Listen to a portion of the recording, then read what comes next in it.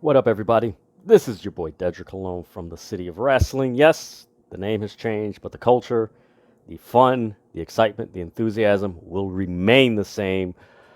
Ah, man. And this is my review for the 200th episode of AEW Dynamite. Like, share, comment, subscribe, hit the notification so that way you're notified when the City of Wrestling drops its latest content. Follow me, Dedrian180, on TikTok, Instagram, X, and I'm forgetting one.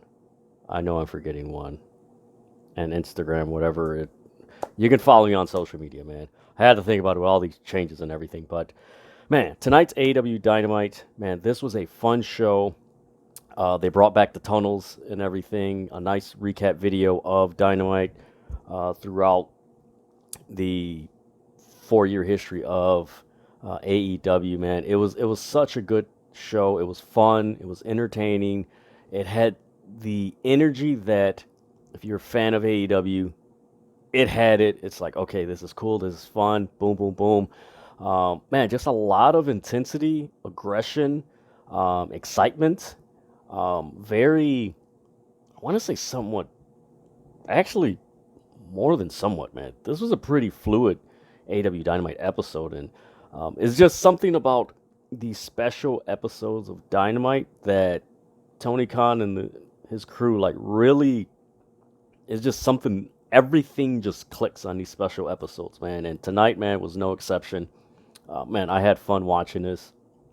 I do gotta say, um, this episode, I'm not gonna give it a grade yet. You guys can follow City of Wrestling on all social media platforms so you can find out what grade I gave tonight's episode of AW Dynamite. But man, this episode was an episode if you just wanted to watch some wrestling and just escape. This was it. Um, this was fun from beginning to end. You know, a surprise or two, or a surprise, I should say. But man, this was fun, man. There was a lot to cover. This was one of the first AEW Dynamite episodes where like it was actually pretty hard for me to pick an actual match of the night because there was so much, uh, pretty much solid matches that were just like, man, this is pretty dope, man. And man, AEW has something really unique going with Dynamite and Collision with everything that's happening. And tonight's episode of Dynamite, wink, wink, what Kenny Omega said, and just what's happening on um, Collision, man. It's a really solid, two solid shows that I gotta say are strong, very strong complementary alternatives to what the WWE is doing. I mean, a very strong complementary alternative, and I enjoy it. I love it. Um, I just love a variety of things with my entertainment. You guys can let me know in the comments below what are you digging what AEW is doing with Dynamite and Collision so far? Because man, it's really cool, and man, I'm just intrigued to see what's gonna happen next. But man, let me get into this episode of Dynamite. I have to start off with the man. I gotta say, it is kind of like the worst kept secret. We kind of saw this coming a mile away. When you just go through the list of wrestlers who wrestled in ECW that are somewhat active, two of which are signed to Impact Wrestling. So that's going to be like, okay, AEW and Impact kind of they have a working relationship, but is it really going to be them? So other than that, the obvious choice was Rob Van Dam. And yes, Rob Van Dam made an appearance on AEW Dynamite, of course, with the Jack Perry Jerry Lynn face off, and Jerry Lynn's like, well, I can't compete because I have all these list of injuries, and no doctor's gonna clear me. But I did find someone I did wrestle with, and what I liked about this, RVD came out to walk by Pantera. Oh my god, that theme was so badass in ECW back in the day, man. He came out, looks good, pretty athletic. Man, he still keeps himself in pretty good shape and everything. Uh, Jack Perry runs out. tries to attack RVD with a chair. RVD catches him. He jumps over the guardrail through some fans and then runs and everything. And then later on, we get a backstage segment with Renee Paquette with RVD, and he's like, you know what? I'm going to challenge you for the FTW Championship, and we'll see what I rename it. And, you're facing the one and only Rob Van Dam. And, man, he received a huge ovation from the crowd. Like, that crowd, man, he just has that it factor. He's always had that it factor. And, man, he's one of my favorite wrestlers of all time because of just what he did. And I got to say, his feud with Jerry Lynn back in 1999, 2000. Chef's kiss, man. Chef's kiss, man. I love those matches, especially here in Chicago when they would air in the 3-hour block between WWF, ECW, and WCW, and they would air 20 minutes of RVD and Jerry Lynn. Man, that was such beauty. Whew. That was such beauty. So, yeah, next week we're getting RVD Jack Perry for the FTW Championship. That should be interesting. Man, let's see what happens, how this match works out, and what Jack Perry and RVD have up their sleeve to do. Will do in this FTW Championship match. Chairs and everything. So we'll see. This is fun. This is actually really good for Jack Perry to get that rub. Because, of course, everybody's like, ooh, RVD's in AEW. Oh, he's Jack Perry, Luke Perry's son. It's like, oh, wow. Like, it's pretty smart. I see what the concept is with this match. Hopefully, let's see that the execution with this match is fluid and everything. And just keep it entertaining. Don't do too much. That's all I ask. Don't do too much. And just keep it, simple and everything. And we'll see what happens. Another thing that really stuck out to me for this episode was after the Moxley. Give me 1 second. Let me pull up my notes here. It was the John Moxley, Trent Beretta, Penta El Del. Man, this is bad, man. Penta El Zero Medio. There you go.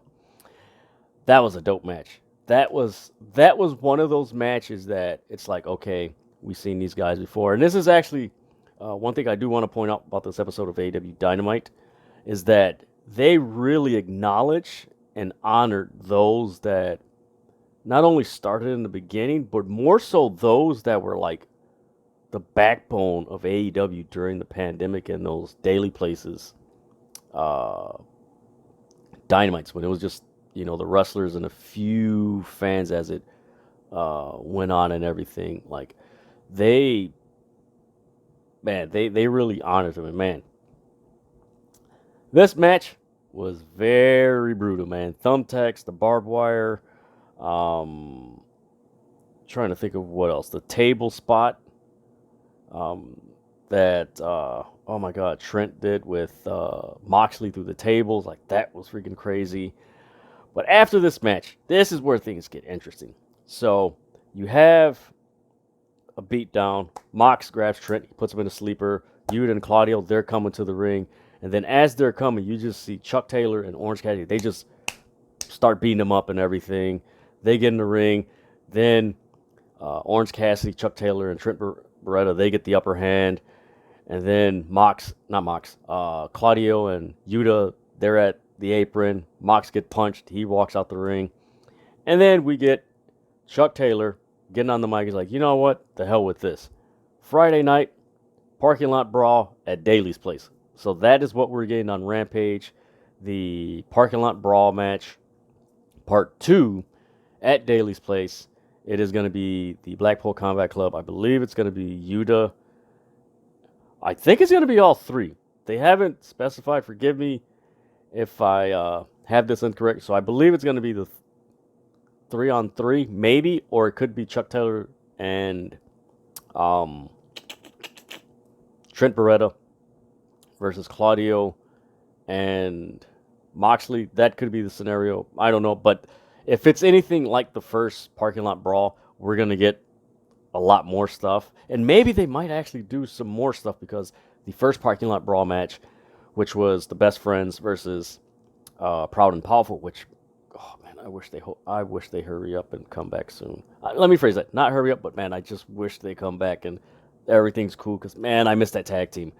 But man, this could be interesting because that, like I said, the last parking lot brawl was during the pandemic and there wasn't fans or anything, and that was man, I remember that episode specifically, and that episode of AW Dynamite, that match was just so entertaining, especially during the time that it aired because there was so much going on in the world and in the country that man, that was just some like that was escapism where like with everything going on in the world at that time, like when you saw that match, like it just brought, man, I could just sit back and just lose myself in this match. So maybe this might be something that they do this Friday on Rampage.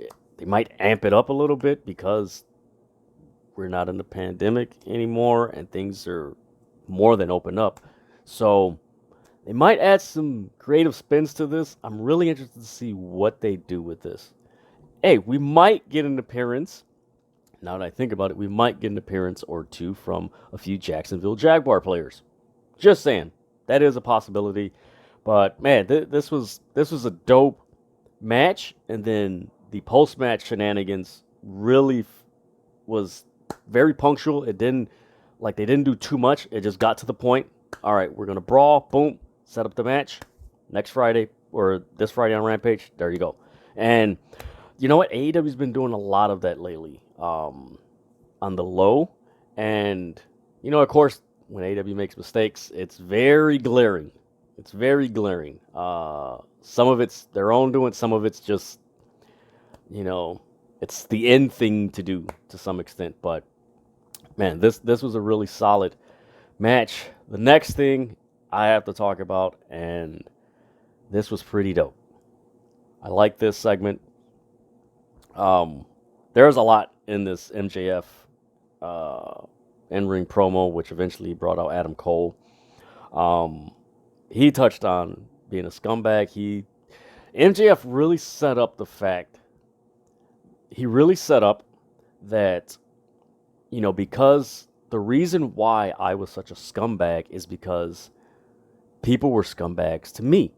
And now, through my friendship with Adam Cole, I don't have to be a scumbag. Even though I am a scumbag, I don't have to do it to exist and get notoriety, which is basically, giving you the synopsis, the abbreviated version. And as he's giving his promo, and then Adam Cole comes out, and maybe it's just me. You guys comment below what you guys saw, but I don't know who the hell's going to turn on each other. Not turn on each other, but I don't know who the hell's going to turn on, who's going to turn. Like, is MJF going to turn on Adam Cole? Is Adam Cole going to turn on MJF? At the end, he's like, you don't deserve, this match. You deserve the match at Wembley Stadium in front of 93,000. Me and you for the AEW World Championship. Adam Cole doesn't look at the contract. He signs it.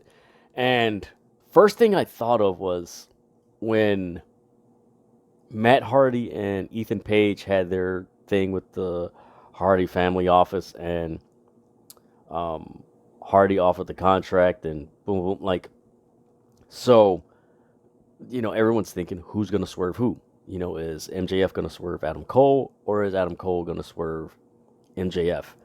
And man, it's hard. It's hard to pinpoint.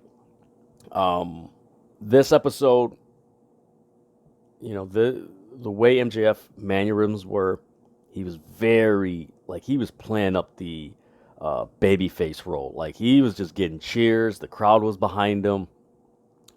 He was getting a lot of sympathy for the stories. He was sharing his experiences. Adam Cole comes out and he just had that smirk. Adam Cole had that smirk. He had that Undisputed Era smirk. And it's just like, man, is he setting up MJF? And then when MJF would talk, it's like, man, is MJF setting up Adam Cole? Like, that's the dynamic you have with this feud. And I know there may be some detractors like, oh, why is this match main eventing All In? And this has been, for me, this has been the best storyline in AEW. I gotta say, since it's been a long time. I can't even remember the last storyline that I really, before Cody Rhodes left and everything, there was a lot of storylines that just like were overall like man, what's the word I'm looking for? It complemented the whole AEW Dynamite show. It wasn't like one story stood out. It was like all the storylines just came together, and it was just one cohesive, like, wow, this is a great episode of Dynamite. But this storyline with MJF, Adam Cole being friends and challenging, like, this has been very interesting, very just drawing you into it, like it's just engaging you, like you're invested in it. That's my experience. You guys comment below what you guys experience, but man, it's got a lot of people invested in, because again, you don't know who's going to turn on who. And with these two, historically, they are so damn good at blurring the lines where you're like, yeah, I know they did this, but they've done this. But wait a minute, are they really going to do this, or are they going to do this? It's just, man, it's so intriguing. And what added to this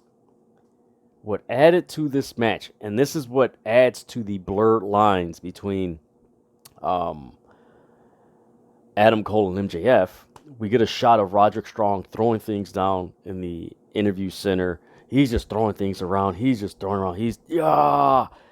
And off camera, you get Matt Taven and Mike Bennett. When I saw that, I'm like, oh my God, they're doing it. They are doing it. If you guys don't know, Adam Cole, Matt Taven, Mike Bennett, Maria Kanellis, they were part of the Kingdom in Ring of Honor before Adam Cole went to WWE. And before, he was a part of that before he went to Bullet Club. Oh my, there's so much history here. And Matt Taven comes in, he looks at Roderick Strong, he taps him on the shoulder, and he's like, his exact words were, Adam Cole always forgetting about his friends, and just walks off. It's like, oh, where is this going? Like, where is this going? You have the Kingdom, Mike Bennett, Matt Taven, Maria Kanellis. You got Roderick Strong. Those are his friends. And then, of course, last week it was reported that Richard Holiday was backstage. And I believe, maybe I'm wrong or what have you, I know during the Listing Your Boy with Sean Ross Sapp and Jimmy Van, Sean Ross Sapp mentioned that Alex Hammerstone's contract is till or through 2023. So it's kind of like, you start seeing this movement. It's like, okay, are we going to get like Adam Cole with his faction and MJF with the Dynasty? Like, is this something that's going to happen at some point in AEW, whether it's 2023 or is it at the beginning of 2024? Like, is this something that we are going to get? And man, if we get that, that is going to be interesting. Now, on the flip side, are we going to get Adam Cole feuding with the Kingdom and Roderick Strong? Maybe. Maybe not. There's still, I haven't heard anything regarding Kyle O'Reilly's return or anything like that. So, that's still up in the air. If he is healthy and he returns, like, is Adam Cole going to have, like, his own version of the Four Horsemen or the Pinnacle that MJF had? The Kingdom, Roderick Strong, Kyle O'Reilly, like, is he going to have this? Is he going to have Britt Baker with, like, there's so many scenarios to this MJF Adam Cole feud that it's so many directions it can go in, and you don't know where it's going to go. And you have two guys that are damn good wrestlers, but yet at the same time, like I said, they are so damn good at blurring the lines. So you don't know who is going to turn on who's going to have, some help defeating the other person and vice versa. Like, you don't know, but man, this is good. So the other thing that stood out in this episode of AEW Dynamite, the Elite. So you had, let me pull up my notes right here. You had Kenny Omega and the Young Bucks face Jeff Jarrett, Jay Lethal, and Satnam Singh. Kenny Omega, the Young Bucks, they defeat them in everything. They win, blah, blah, blah. They do that. Kenny Omega grabs the mic. And he's like, hey, Hangman, you got something to say? Hey, you got something to say? Hangman grabs the mic and he mentions, hey, we've re-signed with AEW, and here's to the next 200 episodes, and hands the mic over to Omega. And Omega's like, Kenny Omega's speaking to the crowd, and he's like, hey, now that we've re-signed, you'll see more of us on Dynamite, Rampage, and, hey, heck, even Collision. When he said that, it's like, bing, antenna, conspiracy antennas and all that whole stuff. And, this coincides with what's happening with MJF and Adam Cole, in that by Omega mentioning, hey, heck, we might even show up on Collision, it's kind of like, so you have this issue with CM Punk, that happened literally this time last year. You have that. CM Punk is saying he's the real world champion. He's fighting Ricky Starks and Ricky the Dragon Steamboat as the special referee this Saturday. You have MJF and Adam Cole. Adam Cole is good friends with the Elite. Yet, they had to make some amends and stuff like that because they turned on Cole and Redragon turned on the Elite before he, took some time off to get heal his injuries.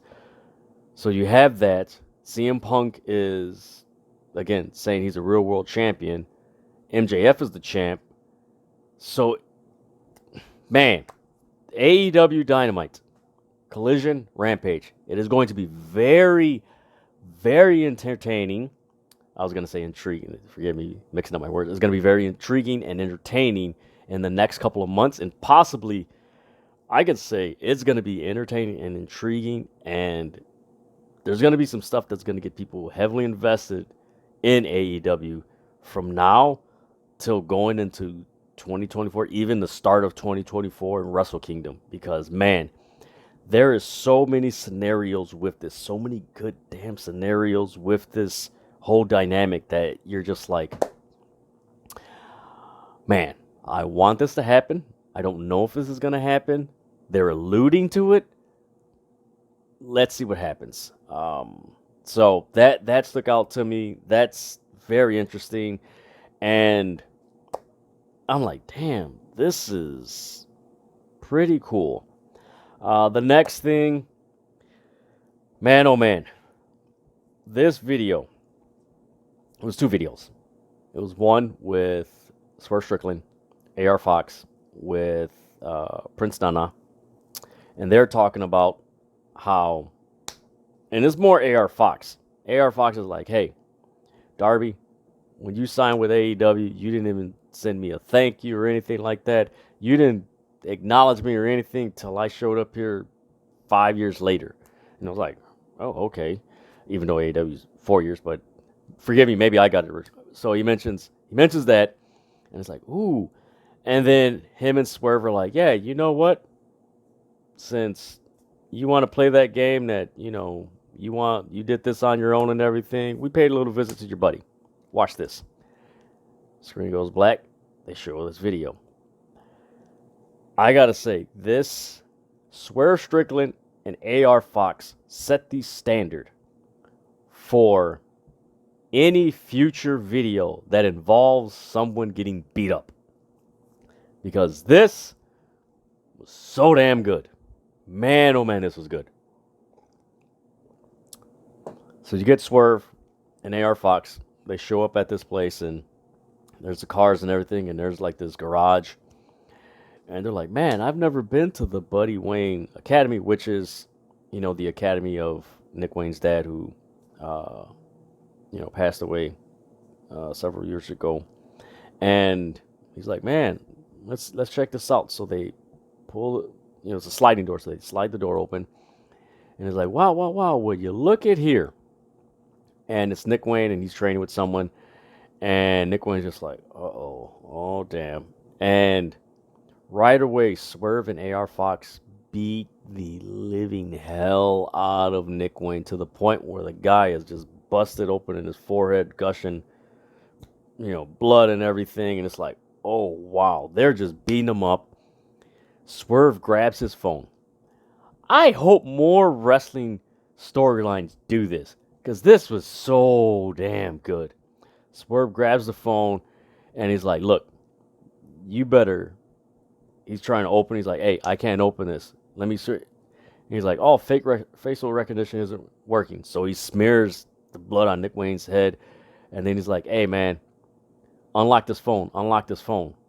And Nick Wayne's just trying to, he's getting beat up. And he's like this. And him and Swerve and AR Fox like, hey, if you don't unlock this phone, we're going to do even more. So he grabs the phone. And man, the little details are so good. Nick Wayne's just, let me do this so they don't beat me up. Like, just, man, so good. So he unlocks it, and then they call Darby Allin. Darby picks up, hey, what's up, Nick? How's it going? So he's like, this ain't Nick. This ain't Nick. Yo, what the hell? Swerve Strickland and AR Fox tell Darby Allin over the phone, we are the ghost of your past. Throw the phone. They have a picture of Nick Wayne and his dad, and he lays it on the mat. I thought the way everything was going, I was like, oh my God, he's going to tear this picture up. Please don't tear this picture up. Please don't tear this picture up. And he laid it down. I gotta say, after watching that video, and I've tweeted this, Swerve Strickland is more ruthless, vindictive, cunning, and more sadistic than MJF. Swerve Strickland, I gotta say, he is more than likely going to hold some type of AEW gold going into 2024. It's either the international title or the TNT title. But that man is going to hold some gold.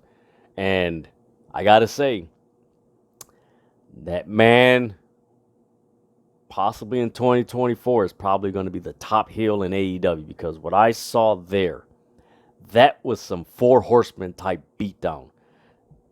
It reminded me of when the Horsemen beat up Dusty Rhodes with the baseball bat and slammed his arm into the car door and everything, because man, that was vicious. Like, that was a vicious beatdown.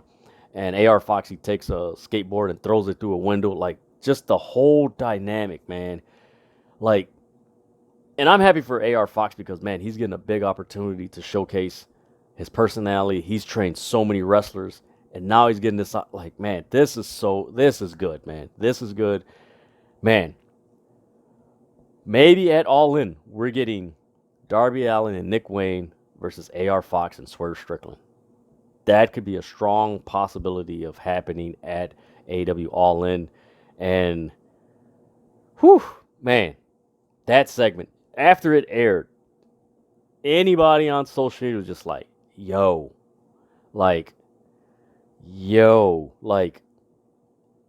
Swerve that dude, you do not want to mess with.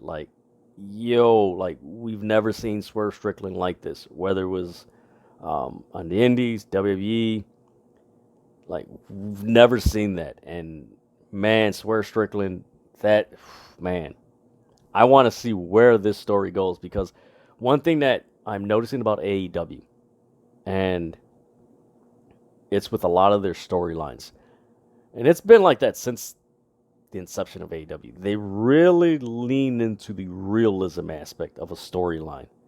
Like there's elements of realism that they bring into the storyline and then embellish a little bit, but it's all based in some type of reality. And man, this is based in reality. Swerve and Nick Wayne, they wrestled for the Defy Championship several months ago. It was actually, I believe it was the first match that Swerve had after leaving WWE. I could be wrong, in 2022, and that match went viral on YouTube. Like I believe that was one of the most watched matches in Defy on YouTube that year. So you have that Darby and Swerve. They've wrestled in Defy and on the Indies. So you just have this scenario. AR Fox trained Darby. Like just man, this is so good. So I'm just looking forward to where this is going to go.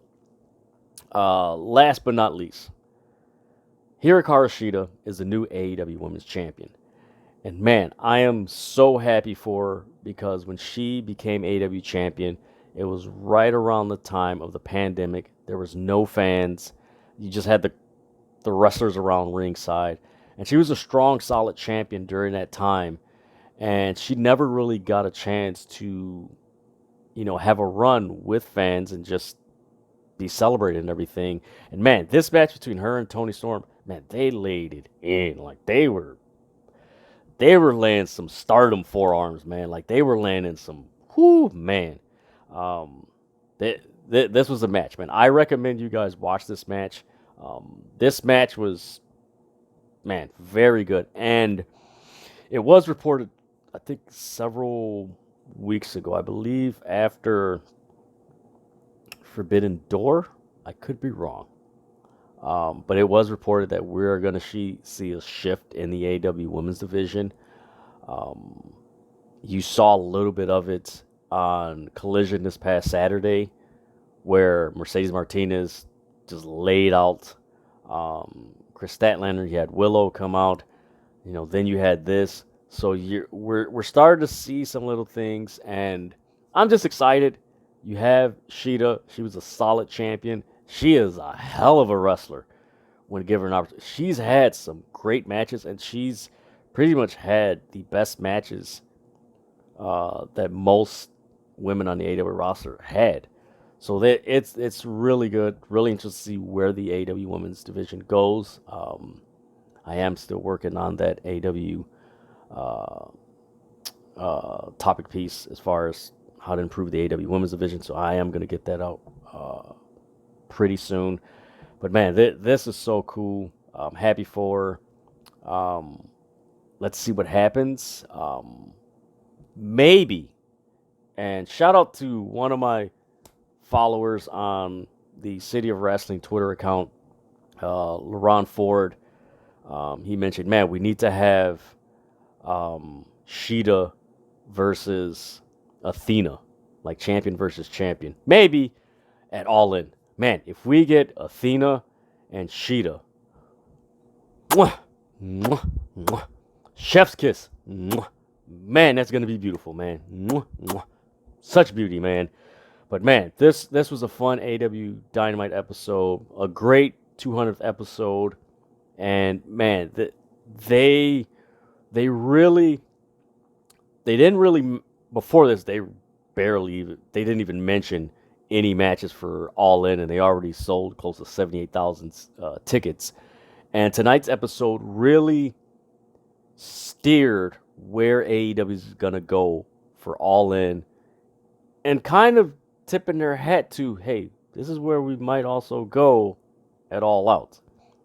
Like it's just literally, boom, this is where we're going to go. So this episode, we're really getting an idea of where AEW is going to go with All In. Definitely with the MJF and Adam Cole. Like that's top of the card. Okay, this is where we're going to go.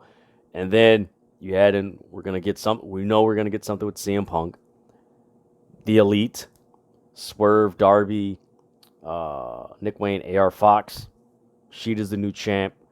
Like we're just going to see some things come together where it's like,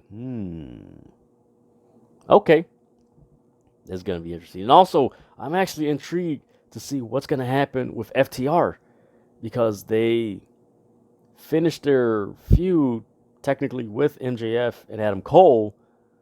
So who are they going to feud with? Could we get... Please let it be Proud and Powerful. Could we get Proud and Powerful this Saturday? That's all I'm saying. We could. Could we get that? Could we get it this week or next week? Like, man, I hope they come back soon. But that is my review for the 200th episode of AEW Dynamite. Like, share, comment, subscribe. Hit the notifications so that you're notified when the City of Wrestling, yes, the name has changed, but the culture, the vibe, the energy, the soul of what I've been doing for the past 2.5 years remains the same. Follow me, Dedrian180, on TikTok, Instagram, X, and I'm forgetting the platform. Forgive me, guys. But man, thank you guys so much. Love the support. Man, there's just going to be some great things with City of Wrestling. I got some fun stuff up my sleeve that we're going to have some fun, man. That's all it is. That's the trademark of this brand. Man, let's have some fun. So with that, folks, man, let's see what AEW is going to do this Friday and Saturday. And also this Saturday, Collision is going up against SummerSlam. That is going to be so damn fun. Saturday is going to be a fun day. So with that, folks, have a good one. I'm doing well.